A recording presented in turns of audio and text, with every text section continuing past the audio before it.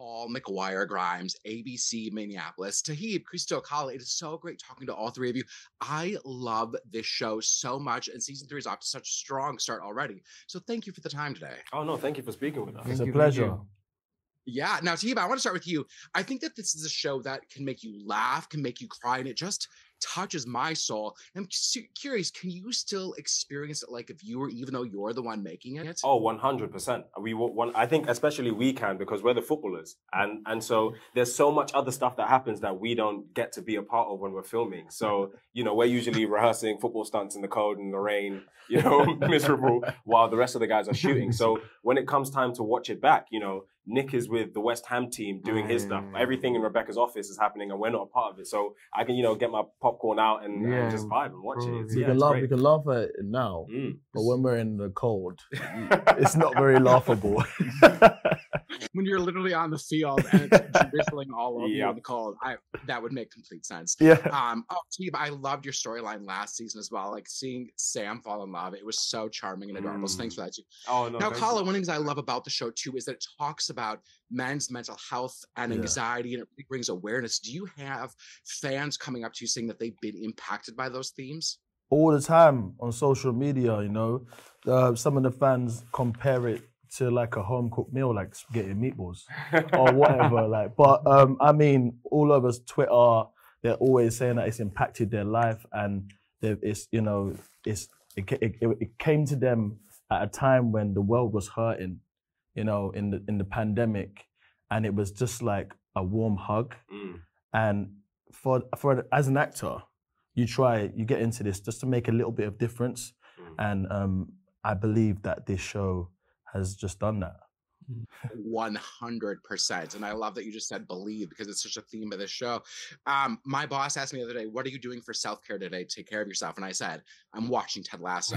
So Cristo, what do you do to find joy for your own mental health? Well, it truly has opened me ways of thinking, and I think there's still lots of things to talk about, and especially coming from Mexico and Latin America, I can say that there's still this stigma that you're a man, you don't talk about your feelings, and you're men don't cry, and macho whatever, and I used to play football, and I remember those days when that was the vibe, and I think I think that Lasso in a way is representing and changing that way of thinking, and I go to a psychologist and I talk to my psychologist and I try to improve as a human and as a person, and I think that's an important aspect, and those are the things I have taken from Ted Lasso and from Danny and grab into my personal life. Yeah, I just also wanted to give a quick shout out to your boss for asking you that question today. I think that's really dope. Oh my God, well thank you. I love those answers. Oh my God, I'm gonna cry just thinking about it. I'm serious. There are these rumors that the show could be done after this season, so you don't need to address that, but I'm curious, what will you still cherish about the show 10 years down the road? What will still hit you? I think, just off the back of the stuff the boys were saying, it's one of those shows that you can't help but be stained by a little bit. Like, I will live the rest of my life having been a part of the AFC Richmond team, having been a Greyhound, and having been, part of Team Ted Lasso. And like those same themes that we're talking about like, just trying to see the best in people, trying to lead with love, trying to stay open in a world that's increasingly cynical and pessimistic. I think all of that will stay with me. And, I was trying to get the boys to get like Greyhound tattoos, and they won't do it. But like, if they would have, we would all. That literally would have stayed with me for the rest of my life. Okay.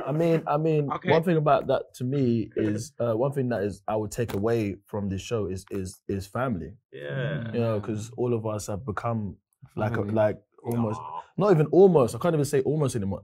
We are like we. Especially like during we filmed during the pandemic at a time when nobody could go and see their wider family members outside of people they lived with, and we got to come into work every day and just kind of be there for each other. And so in a way, like that's not a joke. Like we kind of were family for each other. We saved ourselves like through that really tough period.